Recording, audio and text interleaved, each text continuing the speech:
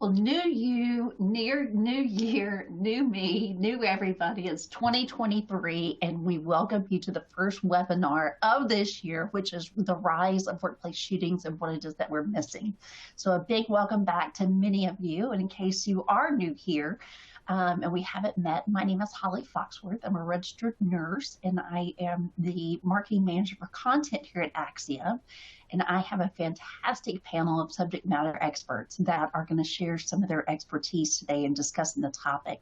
Including those is George the Great. You guys may remember George the Great from the last annual summit that we did, but George is here, and he's also joined by Senior Vice President, Dr. Les Curtay, and then the always delightful and full of bright ideas, Chief Marketing Officer, Dara Wheeler. So we'll let you meet all three of those momentarily.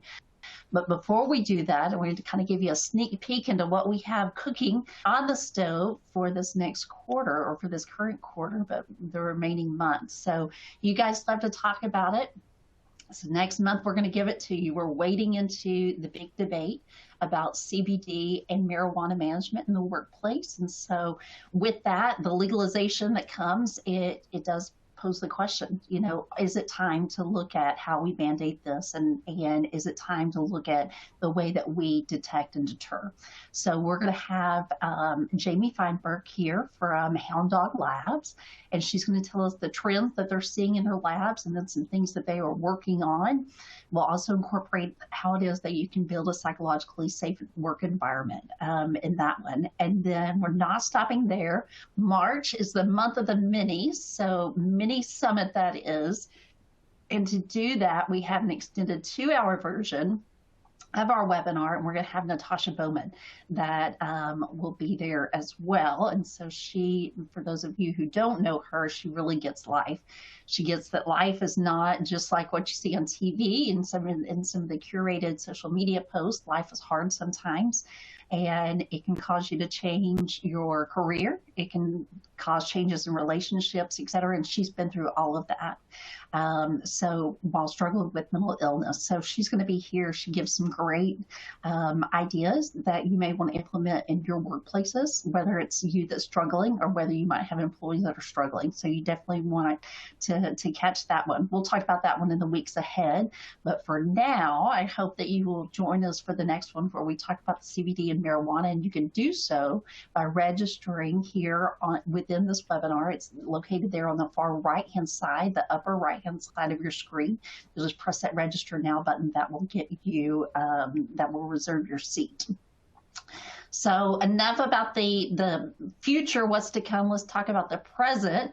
What you'll also see on your screen, as always, we have a copy of the slide deck that's located there on the right lower side of your screen. And then we like dialogue. We love open dialogue. If you have a question, please ask it. If you have a comment to share, we ask that you include those. If you want to say something, you want to be anonymous, you don't want to say your name, please just write that in the little box. But we want to hear from you, and I have lots of gifts that I love giving out to those with the best questions. So please don't hesitate. We want to hear from you. So at this point, I'm going to go ahead and introduce have our speakers introduce themselves, and then we'll get going. Dr. Curtay, you want to start?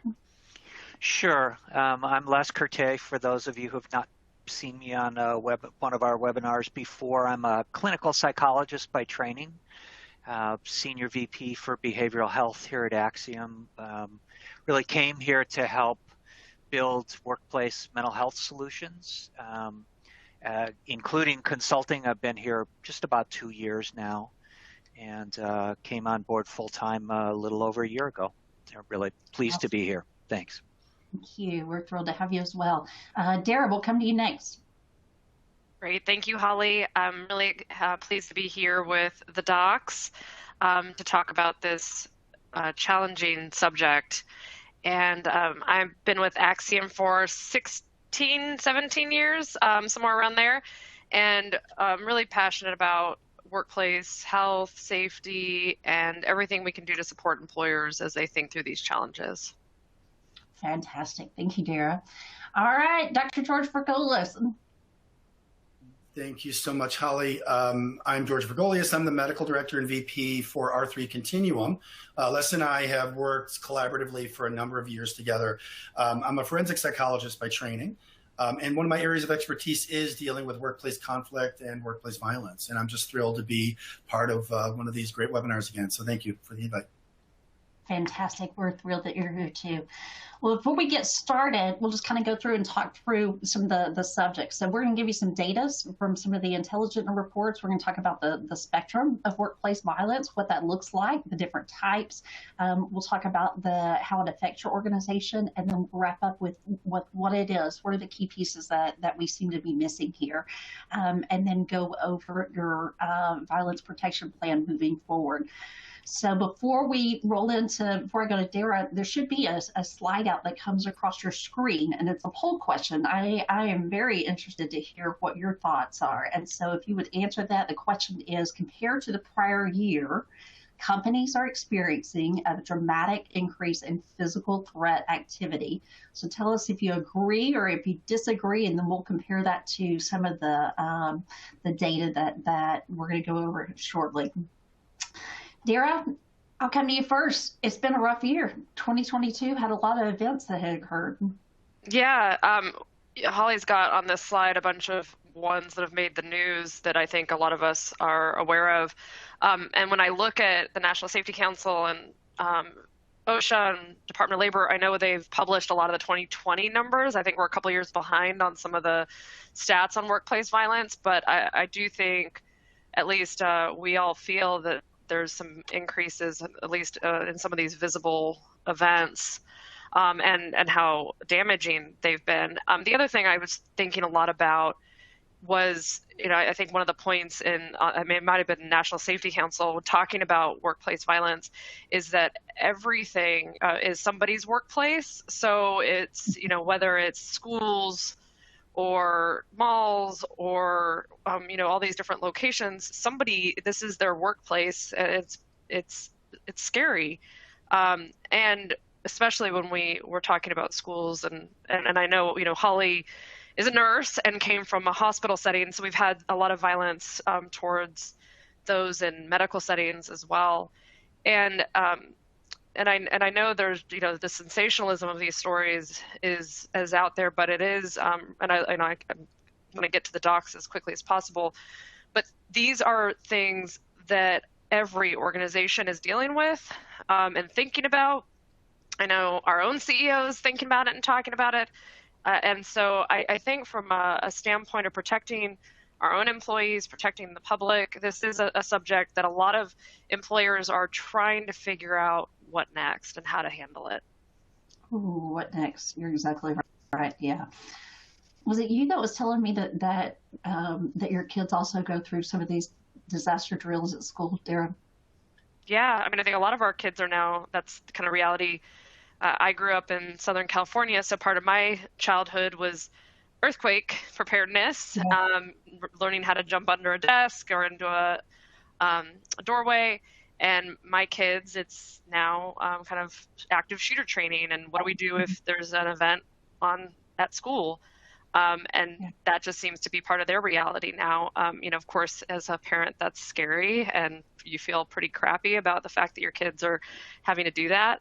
But I think that these are just it's just the situation, the reality of what we're looking at today. Yeah, I agree completely. Well, let's look at the results. So it looks like that pretty close to what some of the data says. So it looks like that about 77% of you would agree that there does appear to be a increase. So with that, I'll kind of take you here and Dara and George, talk us through these numbers and what this actually means. Yeah, I'll kick it over to George. George, if you want to start. Certainly. So this data here comes from the Uptick has a state of protective intelligence report that they put out every year. They specialize in behavioral and workplace threats and risk in general. And they really call a lot of good data in this. So what they found, having pooled a wide range of workplaces, and in particular security professionals and cyber and IT experts, is that 80% agreed that companies were experiencing a dramatic increase in physical threat activity, physical behavioral threats at the workplace or related to the workplace. And right below that, at 85%, they found that the threat landscape has significantly expanded and changed, not only over the last year, but in particular also since the pandemic and since some of the changes that we've seen impact workplaces since the onset of the pandemic. Mm-hmm. Yeah. And so whenever we talk about the spectrum, I think that sometimes this is where we get off track, because we think that workplace violence is just workplace shootings. But it looks like there's a range there. Talk to us about that, George. Yeah, certainly. So all workplaces have what we generally now term behaviors of concern. Somebody acting disruptive, somebody might be acting bizarre or odd. They might be acting extremely anxious or depressed. These are generic or general behaviors. Often in this context, they're talked about as aggressive, erratic outbursts, and so on, impulsive behaviors. These are behaviors where HR management, hopefully, raises a flag and says, okay, I'm concerned about George. I'm concerned about how he's acting. Often at this level, it's how do we get him some help, or how do we understand what's going on? If those aren't mitigated or dealt with, there is a risk that they can evolve to what we refer to as emotional and psychological behaviors, which are now overt threats. They could be physical threats, gestures, such as making a cutting gesture, or not too long ago, I was intervening in a situation, and the person was making threats of constantly cracking their knuckles, almost like you'd see at a high school or a grade school level, about kind of physical intimidation, bumping into people in the hallway, as well as verbal threats. At some point, that can then escalate into acts of violence. And what we see, and if I can just take an extra minute and talk this through a bit, we see two trajectories here. And what we know from the forensic research going back 70 plus years, there's two primary biophysiological pathways of violence in the brain. And this goes for animals. Originally, they did this study on cats, and they've now adapted it to humans over the last 30 years or so. One's called affective or reactive violence. It's emotional, it's immediate, it's reactive. It's our classic fight or flight arousal. The overwhelming majority of every one of us, if we're going to be in a violent incident, it's probably going to be more reactive, right? Thanksgiving dinner where politics comes up and there's too much wine and a fist fight breaks out, right? A tailgate, a little league baseball game. I wish I wouldn't have to say that, but all too often we see that these days. That's reactive, affective, emotional violence. The other type, less common but very damaging, is predatory violence. This is what we're talking about when we are talking about your active shooter typically, or your predatory shooter, your mass shooter. These modes of violence are a lot less emotional. They're much longer term. That mode could go on for weeks, months, in some cases years. There's a lot of cognitive planning and activity. And during the event itself, often the assailant, if they live, will describe themselves, or witnesses will describe that assailant as being cold and calculated and devoid of really any emotionality or hyperarousal in their kind of animated state. I won't belabor the point too much, other than to highlight that it's really important for workplaces to understand the difference, because then you pick the interventions that will be useful based on what kind of violence you're most likely to anticipate and what are the best interventions to deal with each one. Great. I'll just quickly add, if I can, that I've always appreciated making this distinction, and I think when we're talking about workplaces, it's important to have a plan for an active shooter, but you still have potentially, even though that's highly unlikely, but you want to be prepared for it, you still have the potential for affective violence everywhere. And, being ready for an active shooter doesn't necessarily help you to deal with affective violence, the potential, and vice versa. that you really have to pay attention to both. So, highlighting that spectrum, I think, is really, really important. And it's been really, really helpful for me as I've listened to you over the years to talk about this. I appreciate that. Well said. Yeah. Shirley had asked a question about the data populated, how that was acquired. And so just to reiterate that, George, that was the 2002 State of Protection Intelligence Report, Heightening Threats, Business Continuity, and Advancing Protective Intelligence, Perception versus Reality in Corporate America. Is that correct? That's right. That's right. And mostly they were surveying security professionals, HR, risk managers, and a subset of IT directors, people that deal with a range of risks to a company. Yeah, good information. Well, let's talk about then the different types of workplace violence that may occur, because it's not just amongst employees, correct? Absolutely. Do you want me to take that, Holly? Yeah, go ahead. Sure, yeah, I'd be happy to. And that's true. So by the way, there's a number of ways in which you can categorize types of workplace violence. This is a kind of a useful one. This is somewhat derived off the FBI classification as well. So one is criminal intent. Somebody comes to your workplace with intent to rob, steal, in some cases embezzle, where there might be a violent outburst related to that or being confronted, right? But there's a clear criminal intent. In some cases, it can be an insider threat, but quite often the most common type is we see robberies in a retail type of environment, right? The other is worker on worker.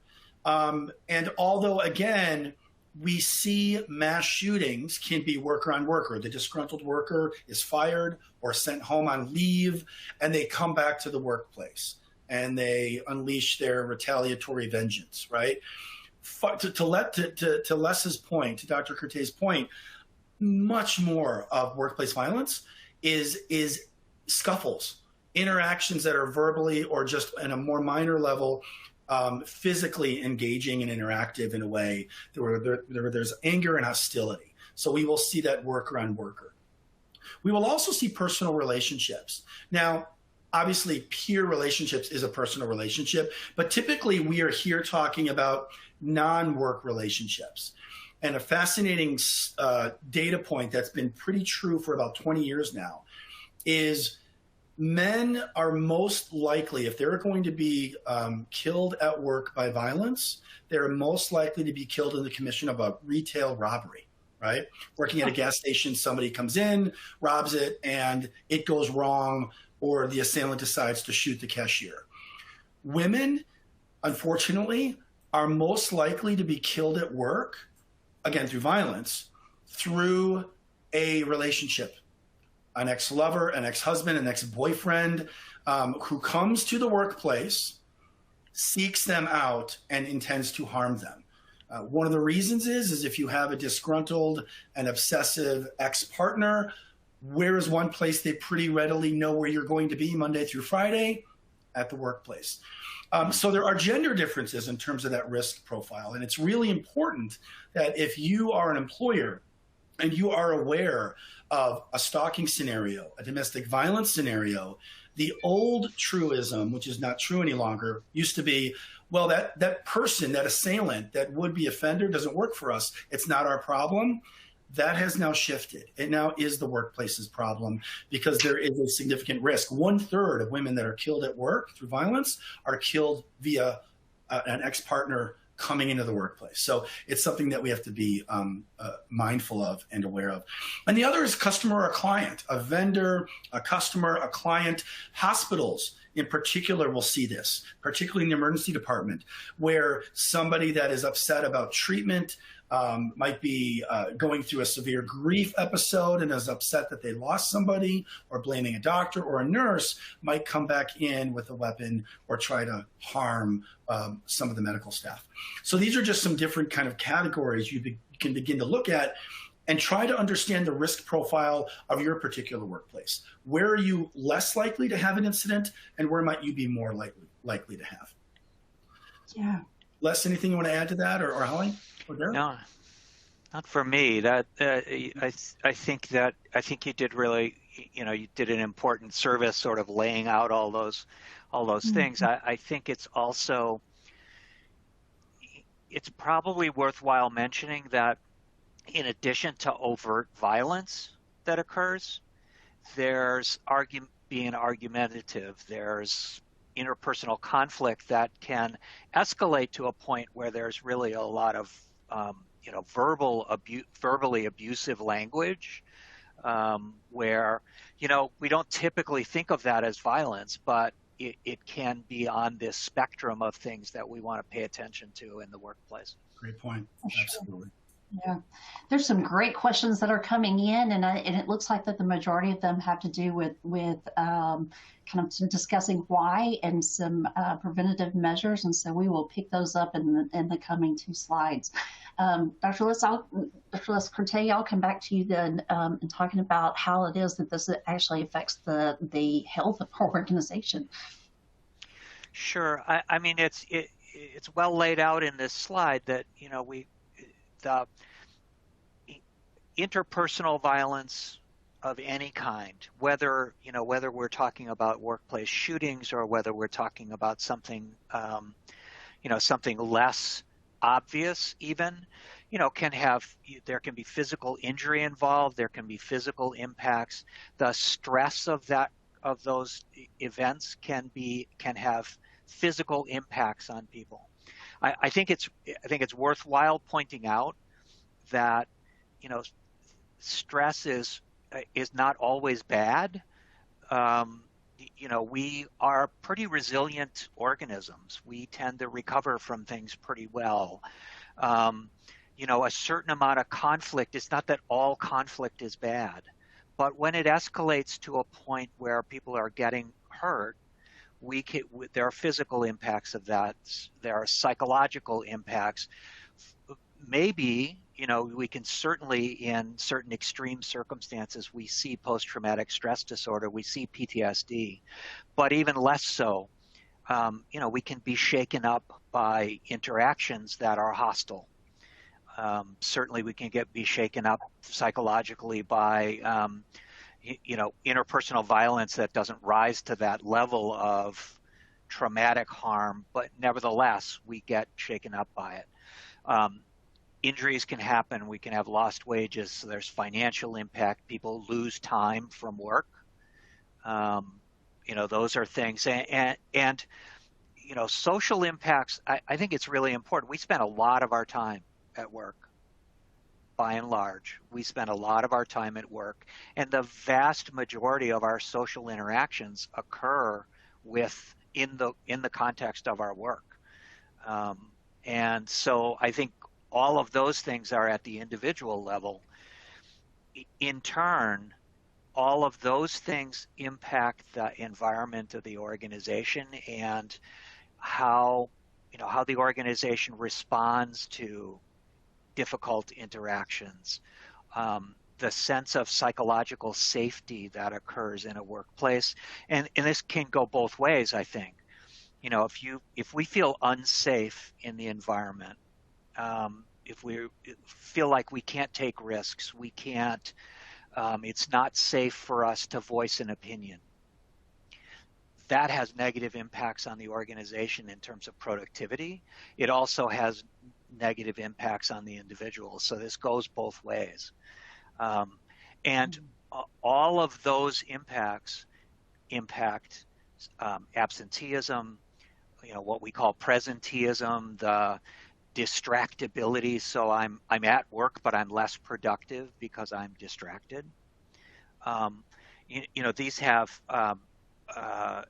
These have impacts on outcomes that employers really care about: turnover costs, replacement costs, training costs. All of that has a big impact. And so, violence can affect the individual, and it also affects the workplace. Yeah. David mentioned he had wrote a comment in that I thought was really appropriate, and he said usually the targeted person is not the only victim. Right. Absolutely true. Absolutely true. Yeah. So this would impact not only there at the workplace also, but I would assume that you would take that home. too, Sure. and that your family would be Sure. impacted by some of Sure. these as well. Yeah. And if you think about it, even for example, I'm going to go back to this notion of kind of a potentially, if we allow negative interactions to play out, even in Zoom meetings, or in video calls, if we're allowing people to be kind of hostile towards one another, the people who are observing that happening, even if it's not directed at me, but I'm watching two people really have a hostile interaction and it's tolerated, Mm-hmm. that's going to have an impact on me, even if I'm not directly involved in it. And that in turn impacts the organization as a whole. It came up actually this morning in our executive team meeting that, talking about, what is the impact of, a lot of us are working from home, and, so the workplace has changed, but nevertheless, these issues play out. It might not be an active shooter incident in a workplace, but these issues play out whether we're remotely connected or we're in person, face to face. Yeah, I was going to bring that up too. This thought about protection when we're working from home and violence or psychological safety. I was going to ask George too, his thoughts as an organization, how they've thought about work from home changing the environment of work and what that looks like for us and where the responsibility of risk management sits. Yeah. Good question. It is a great question, and it's a great point that Les brings up. It's interesting. I'm going to answer it a little bit by way of a little bit a roundabout. I get a lot of questions where people ask, what is the difference in terms of school shootings in the last 15 years versus 30 or 40 years ago? It's not the proliferation of guns. It's not the proliferation of angry men or young men. What's interesting, one dilemma, one is social media, right? The propagation of social media, globalization, copycat. There's a number of variables there. But one thing that's interesting that I might have been, I'll be 54 in a month. I'm probably close to some of the last generation where I had unstructured play, right? Les and I would get a baseball bat and some gloves and some cardboard for bases, and we'd get 9 of our friends, and we would go to a sand lot. And I'd hit the ball, and Les would say it's foul, and I'd say it's fair. And every once in a while, it would come down to a fist fight. And I would get a bloody nose, and I would say, boy, I'm not going to do that next time, right, with Les. But you learn a reasonable limitation of boundaries. Now, I'm not condoning fist fights. Just hear me out. But now we have a generation that is raised, now they're adults even, where every part of their childhood was structured by adults. Most of them not the Dalai Lama, like not the heightened epitome of emotional IQ, right? And so there is this, so fast forward, we go into the pandemic, and now we have to be socially isolated. And all of the nuances of reading verbal cues, being the physical presence of one another, a light touch on the shoulder, a high five is gone overnight. And yet we still have all the emotional baggage as humans that we always had. And now we're coming out of that, and it's almost like we have to recalibrate. How do we handle those little micro interactions? How do we read those social cues? How do we handle frustration? How do we handle anger? And for some people, their fuse, their ability to just kind of tamp down that fuse and delay gratification or delay expression of frustration just isn't as well tuned. The muscle has atrophied. And so I think part of it there is that we're kind of not relearning, but kind of like if you leave the gym for a year, it takes you a while to retrain that muscle and get back into how do you handle that. The other thing I think it did is for many of us, in general, of course, in the aggregate, it was easy to become keyboard warriors, right? Whereas if I have a conflict with you and you're in the room, you're sitting across the conference table from me, I have to navigate that different in the physical space. I could just totally go off camera right now and roll my eyes or make some comment to myself. And so in a way, we're kind of relearning or trying to deal with the atrophy of managing that social interaction and that conflict resolution muscle that many of us took for granted, because every day, as Les said, we were engaged, we were in the office, right? I also think it's a disaster, to be frank, for young men, right? This remote from home. Because of the disengagement, right? The lack of socialization, the lack of engagement in relationships, the lack of engagement in work. I'm not saying it's easy for women. What I'm saying, though, is there's some data to show that the degree to which men feel isolated is really kind of scary. We're starting to see some data, especially in the younger age ranges. To answer your question, though, about the engagement, I think it's a huge challenge for companies. Fortunately, we're getting a little bit back to coming in, or at least hybrid work, so that's good.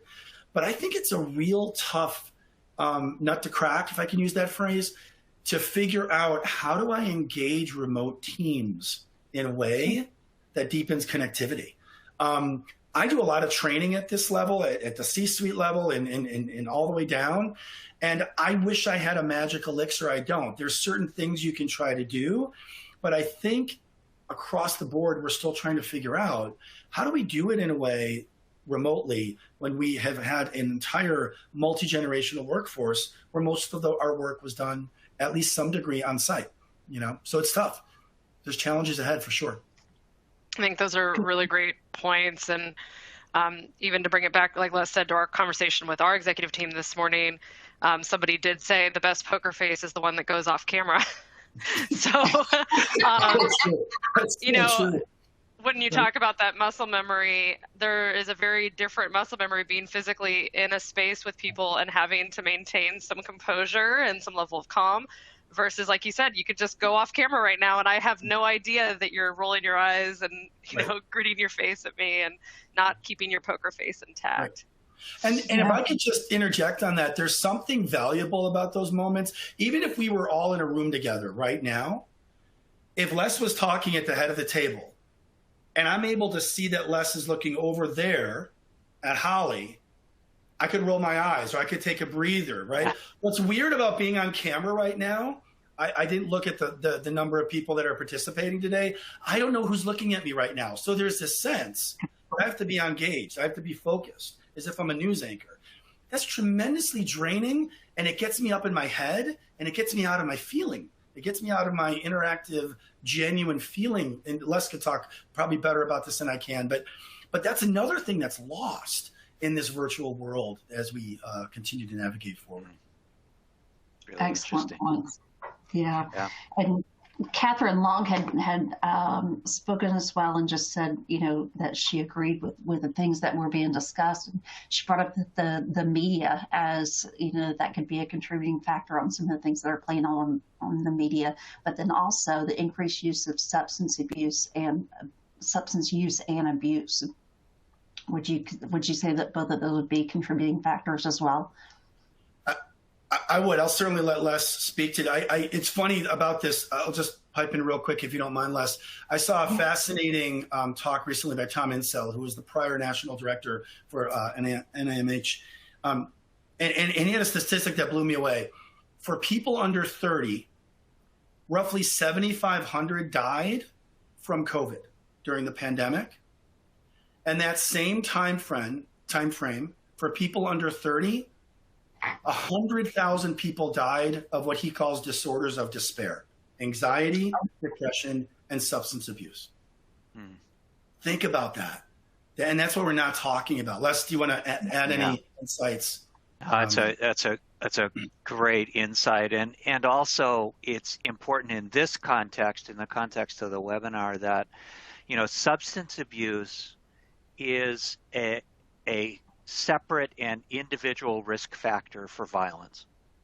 Mm-hmm. That doesn't mean that everybody who, has a glass of wine gets violent, but it does mean that substance abuse by itself, is certainly can exacerbate other risk factors, but it is an individual risk factor for increased violence.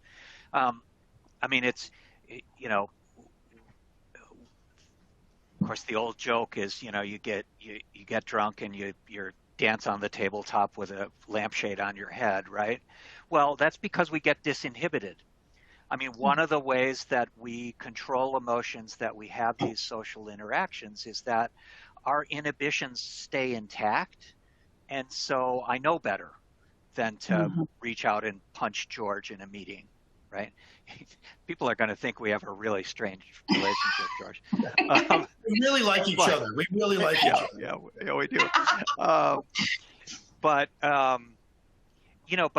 part of what happens is you take that inhibition offline, and now all of a sudden you get angry and you become more likely to act it out. It's not a guarantee, but it's a risk factor by itself. So that's a really, really important point to bring in. Well, I think your point back to what George was saying about disconnectedness. So if we have connections within our social groups, and we're disconnecting and adding substance use, then you've got those risk factors spiking, and that's where there's some concern is it's not just anything in a vacuum, but it's these different variables all acting together to create these scenarios. Right. For sure. Georgia, Edith was asking if you knew where to find the stats about the deaths in people under 30. I can look that up. I have that in my notes. I didn't. I think it came out of, I think there was a National Institute of Mental Health study done in early, I want to say the spring of 2022, I believe. That's what I vaguely recall. I don't have the exact reference immediately, but that's where I'm pretty sure that came out of. Good information. Thank you. Sure. Well, moving on to the next, which is kind of why we're all here, is the topic of what it is that we're missing. And so this quote just jumped out at me whenever I was reading through this report, and what it said were that threats or harmful incidences are occurring so often, a majority agree that employees are used to erratic and violent behavior and don't report these as warning signs until it's too late. And again, that was from Fred Burton. And just to kind of put a twist on this and ask, could this be the case in some of the other shootings that we have seen? For example, after the event happened at the Walmart stores, where you had the supervisor that had, opened fire on his employees, basically there in the break room. Some of the interviews after that from the employees themselves that I worked with them had all said, we saw he seemed to have a short fuse, or he had concerns. We saw the way that he spoke to people. Is this what they are referring to here whenever we say that we're so used to some of these things occurring because of what we're seeing and the numbers are rising, that we almost kind of become less sensitive to what's being placed in front of us, the threats that's in front of us? Thoughts here? Les, do you want to jump on that first? Well, let me just start it off, and then I'd really be interested in your perspective, George. What's complicated about this in my mind is that we are not used to commenting on one another's behavior. Yeah. Right? What we are used to doing is just sort of standing back and not responding to, partly because we don't know what to say. We've identified this as a really important part of intervening and building a psychologically safe workplace, is helping people get comfortable talking to one another. We're really used to that. How are you doing? Fine. Mm-hmm. But what happens when somebody isn't fine? We don't know what to do, so we tend to ignore those things. In retrospect, when someone has had an explosive episode, it's often easy to look back and see that there were indications, but part of it may be that we're getting inured to it, that we're just getting used to it. Part of it is, I think, we are just reluctant to comment or, state our observations out loud for fear of being wrong, Right. or for fear of setting somebody off. So it's a really complicated question. And, I'm interested in other, Dara and George, your perspectives on, on this notion that we're getting more used to it. Dara, do you want to go, or do you want me to? Go for it, George. Okay, sure, thanks. Very well said. I don't have a whole lot to add other than I think that's spot on. We don't really know. We don't know what to do about these things if we notice them. We don't know how to talk about them. In workplaces, one of the biggest, and I'm going to use the word tragedies I see, is where a company rolls out a wonderfully planned, well paid for workplace violence prevention program, and then management doesn't follow up on toxic behaviors. And so I might have the toxic behavior. Dara reports me, as she should. I'm worried about George. I'm concerned about him. I either get fired immediately or management does nothing. Both are terrible responses. Les sees that and he says, I'm not going to turn Holly in. Holly has 3 kids. She's a single mom, or whatever, whatever the issue is. I don't want her to get fired, or, and so Les nailed it. I mean, it is a complex issue. We need to, teach our people, how do you have these difficult discussions? Who do you go to with this information?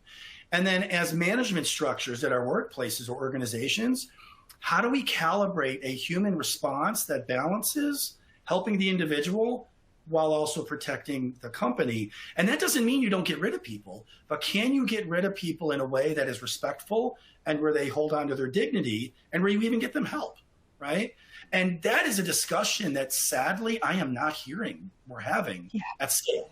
And that's what I think we need to do. So, Dara, what else would you like to add to that? Yeah, I think that Les bringing up the question around these conversations, and you're right that there's sometimes, we know it has to be a top-down approach. That if the organization's leadership is not on board with an approach, whatever the approach is, pick an approach, pick a way of thinking or communicating about this in an organization and follow through. That it doesn't change. There's a lot of frameworks out there, like you've mentioned. There are ways to go about doing this systemically that bring about tools that make it less scary for organizations to work through this. But if you don't institute it and then follow through, then all of that training and program building is kind of a waste, like you said. I do think that the fear of having some of these interactions is real. And I think that there's ways to think about, we always think we have to have the solution. And I don't know how many times I've heard this, I can't be the person's therapist. I don't know how to diffuse this. I don't know what to do. I don't think any of these frameworks that are out there require you to be an expert like you two are. But what they do require is you to pay attention and ask questions and know what you should do if you're spotting irrational or erratic behavior. You even hear this all the way through to HR departments. HR tends to have some training in this, but a lot of HR people get really uncomfortable with having those conversations too. And I think that enabling the teams to know that just because you're spotting changes in behavior or you're calling out changes or erratic behavior doesn't mean you're asking for somebody to be fired, doesn't mean you're threatening somebody. There's really important distinctions here. And I think that's where a lot of that fear comes from. I don't want to be the reason that somebody gets fired. I don't want to be the reason somebody gets written up. But if we develop a culture in an organization that allows for these conversations, then it's not about a threat to somebody's job. It's about getting the person the support that they may need in whatever they've got going on. So I know that we've talked about various frameworks, mental health first aid at work. There's, like you said, various ways of thinking about this, where if you ask somebody, how are you doing, you really do care about the answer and you know how to handle it if they're not okay. Right. Mm-hmm. I love that. It strikes me as so odd that if we were all working together, the 4 of us, and I fell and broke my leg, and one of you ran and called EMS, and they showed up, I'd be like, thank God. But But if I'm mentally breaking down and you call HR and you trigger a fitness for duty to get me some help and get me some insight and maybe get me into treatment, it's seen as totally adversarial and confrontational. We need to change that conversation, right? And I think that's what you're getting at, Dara. We need to change that conversation.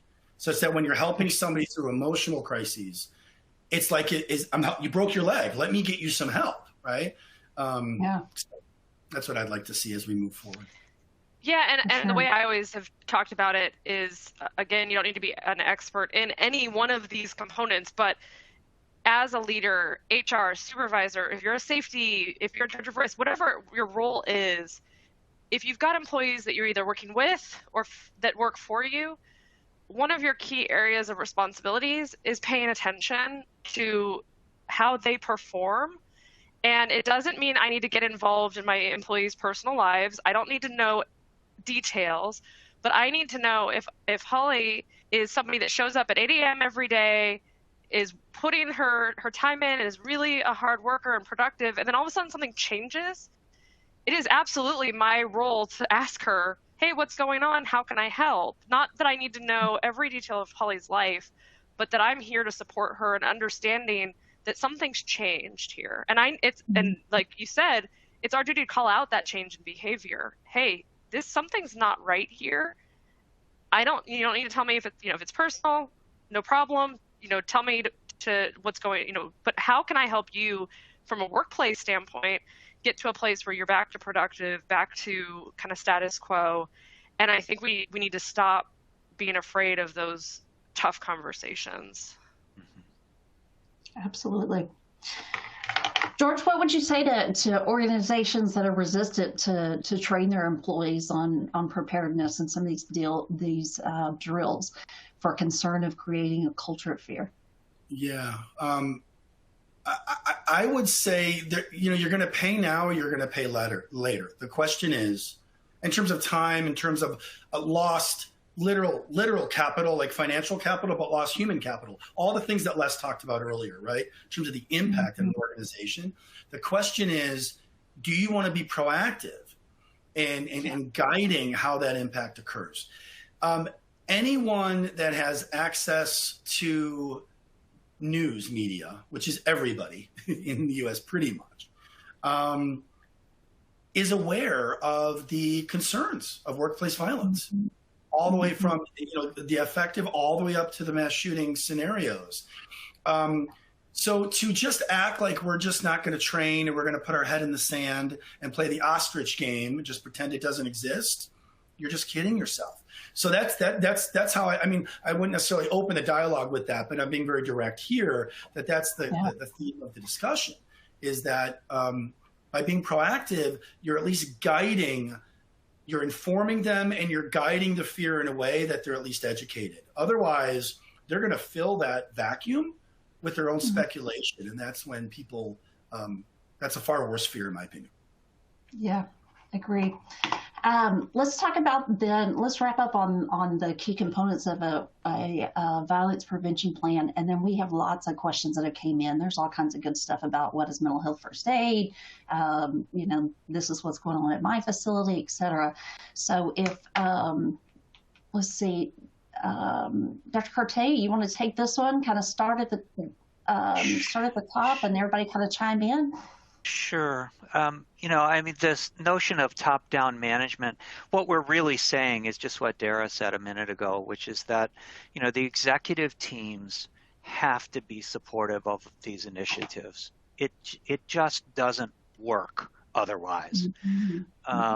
And so, that's a really key component here. And it pays the executive team to care about how things are in terms of psychological safety, how we respond to potential violence, how we respond to mental health issues. I think it's really before you move off that, I was going to say sometimes it's as simple as breaking down stigma because the CEO talks about their own challenges. And I think that's another piece. A lot of these changes feel really big. They feel really overwhelming, but sometimes it's as simple as your CEO or your executive leadership just being open to discuss their own challenges. Right, Les? Mhm. Absolutely. Absolutely. Yeah. You're right that it's easy to fall into this idea that you have to have some huge thing. And often it's Mhm. just that simple day-to-day interactions and how people interact makes all the Yeah. difference. Um, and y- y- the notion of worksite analysis and hazard identification, we have to understand our workplaces. It's really important. One of the components of the work that we're doing is making sure that we understand a baseline, like how are our people doing in terms of psychological safety, in terms of their sense of resilience. Let's find out how our workplace is doing. We have to ask the question. Again, that can sound like a really big initiative, but part of it is also just on an individual team level. What's your sense of how people are doing, um, Yeah. and what's that safety look like? And then from that you can identify where are the pitfalls, where can we intervene to make the most difference. Doing health and safety training, there's boy, we could go on a long time about that, just sort of helping people to get comfortable having conversations to begin with is the first place to start. Mental health first aid is one way of doing that training, and I know that's a question that came up. We can say a little bit more Mhm. about it, but also, then there are specialty trainings. I mean, this is one of the areas that George really specializes in. Doing specialty trainings around violence, around mitigating violence, and being prepared. And then the last piece is there's got to be some monitoring, like how are we doing? How are we actually doing? Mhm. I think unfortunately in mental health interventions in general, we have this tendency to sort of settle on what we think is a cool solution without having evaluated our workplace to see if it's actually going to make a difference and work. We settle on a cool solution, we throw it at the organization, and then we don't bother to follow up to figure out whether it's making any difference. Yeah. So just having a plan and working your way through it, I think, is really matters. And you gotta follow up and ask the question: is this helping us? Mhm. Absolutely. Well, let's talk through some of the questions that we had because we have quite a few and they're excellent. Shane had asked, as a consultant, many of my clients asked to incorporate in their emergency response plans an active shooter workplace violent portion. My question is, since NFPA has issued an update with the standard, do you feel like that OSHA may adopt the standard? Let's see. I think that was the end primarily of what the question was. Do you think that we will see OSHA adopting some of these standards? I think it's a fair bet they will. I mean, Yeah. it's hard to tell. I mean, because it's I mean, things. It's a government agency, and so it's subject to a lot of different kinds of pressures. But I think there is a fair chance that this is going to become enough of an issue that there'll be standards developed. Yes. Yeah, agree. Christopher, Yeah, your question. sorry, Go real ahead. quick, Holly, on that. When you're looking at the leading causes of death in the workplace, which is kind of OSHA's mission to reduce and to remove, if this is one of the leading causes of death, you could bet that they're paying attention to that. You bet. Sorry, Holly, Absolutely. didn't mean to cut you No, off you're on that. good. You're good. Christopher had asked about, do we know a reason why the workplace violence is increasing? And I think that we've gone over that, Chris, to be a number of factors, not only just the factor at hand, but also the working scenarios and situations, environments, et cetera, that are occurring. Let's see. Casey had asked, what are some lesser known overt acts, overt deterrents to workplace violence that we know of of barriers, fencing, security personnel, cameras, lights, badges at training. I think that one's yours, George. Yeah, I think so too. The interesting thing I'll say is the ones you mentioned are well known, they're well adapted. Physical barriers, physical safety barriers can give you security. They cannot give you safety. Fort Hood, right? You're on an army base, right? The Holocaust Museum shooting, Uvalde, for crying out loud. Okay, there was an overwhelming amount of security on site. It didn't protect the children in that classroom.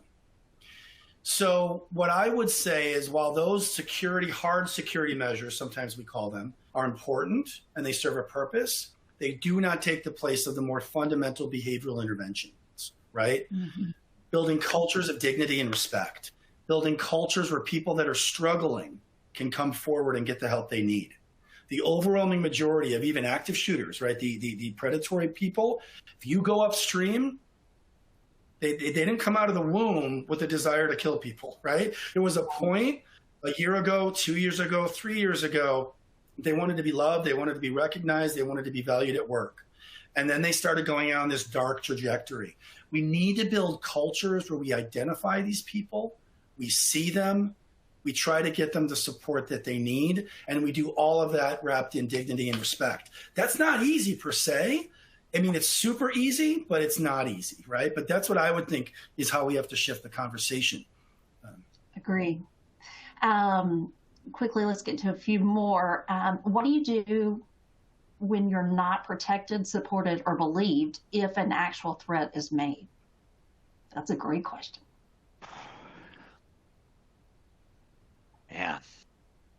That's a hard question too. I mean, because it depends so much on the circumstance. I mean, first off, my very first automatic response is don't take no for an answer. Yeah. I mean, this is, it's one of those things where if you're seeing overt signs of danger, mm-hmm.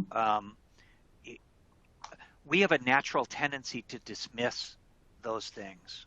It's just I don't want to see it, so I don't. So I'm going to take I'm going to take the risk and go over that person's head, or I'm going to keep at it until I can identify somebody that will at least pay attention enough to take a look. That's not. That's another one of those answers. It sounds really simple and it sounds really complex simultaneously. Yeah. But it's. I mean, I don't know of another way of answering that question. I mean, we have to keep at it. Yeah, I think also if you're feeling risk with the organization for raising an issue like that, the way I see employees get their voice heard, we always call it get somebody in the boat with you. If you've got somebody else that's seeing the same thing, grab them and get them in the boat with you too, so you're not the only voice and kind of feeling alone in that. And I think that is a great way to feel like you have a little bit of protection because you've raised the issue with somebody else. Yeah. Awesome. Let's do one more question if we can get to it briefly. I recently had, Christopher said, I recently had an employee who had a mental health crisis. She ended up causing major injury to a fellow employee. She's been discharged. For the remaining employees, I've provided EAP and have gone out to the work location as ER director. Is there anything else that I should be doing? The program wants to do a debriefing. However, I don't want to violate the ex-employee's HIPAA rights. Any suggestions? Les, you want to? Well, just a quick take on it is you don't have to violate somebody's privacy in order to check on the other employees. I mean, there are ways to do that without just kind of take a pulse, see how people are doing. That isn't so much about debriefing as just making resources available and having an inquiry, to make sure that people have the option of talking about it. So I think that's, And I think it's really important, going out to the site. I loved hearing that because, you're letting people know that, you understand it's not just the person who was fired. It's not just the person who was injured. Other people are impacted as well. I mean, that's a hugely important intervention. Mm-hmm. Absolutely. All right, one more question. Since our name is George and we have a George on the screen, George was asking, what do you suggest? Who do you suggest doing active shooter training for our employees? In the past, we used the local police department. Again, that's a tough one. So what I'll say, and I know we're really at the limit here, active shooter training has a number of components. There is a physical security component. Where do you go? How do you get into a physically safe space? How do you respond when the police come? Knowing what the police will do when they show up. A lot of people think the police are going to tend to the wounded. They're not. They're going to secure the environment first and foremost. And then they're going to get people out, then they're going to tend to the wounded. Just knowing that is important if you're in the middle of a chaotic thing. At the same time, I think it's also important to have a behavioral understanding of how do predatory individuals typically think when they're on kind of an attack. Now, there's no profile, but there are themes that we see. And by understanding that, you can increase your chance of survival. What we do, not doing a pitch, I'm just saying I do think this is best practice. We're not the only ones that do it. I think we do it well. We actually partner with security and ex-law enforcement experts, and we have a behavioral and a law enforcement approach to active shooter training so that you're getting kind of both approaches. And I would just look for a vendor or a trainer that can approach it from both of those perspectives. And then you're getting kind of a full picture of how to respond. Great question. Thank you. Guys, thank you so much for joining us today, and I appreciate our speakers, their subject matter experts that have contributed as well. I hope before you leave that you will get registered for the CBD marijuana event that we're going to discuss for February, and you can do so by hitting that register now button on the right upper side. So thank you again for joining, and we'll see you at the next one. Thanks, Holly. Thank you. Thanks, everyone.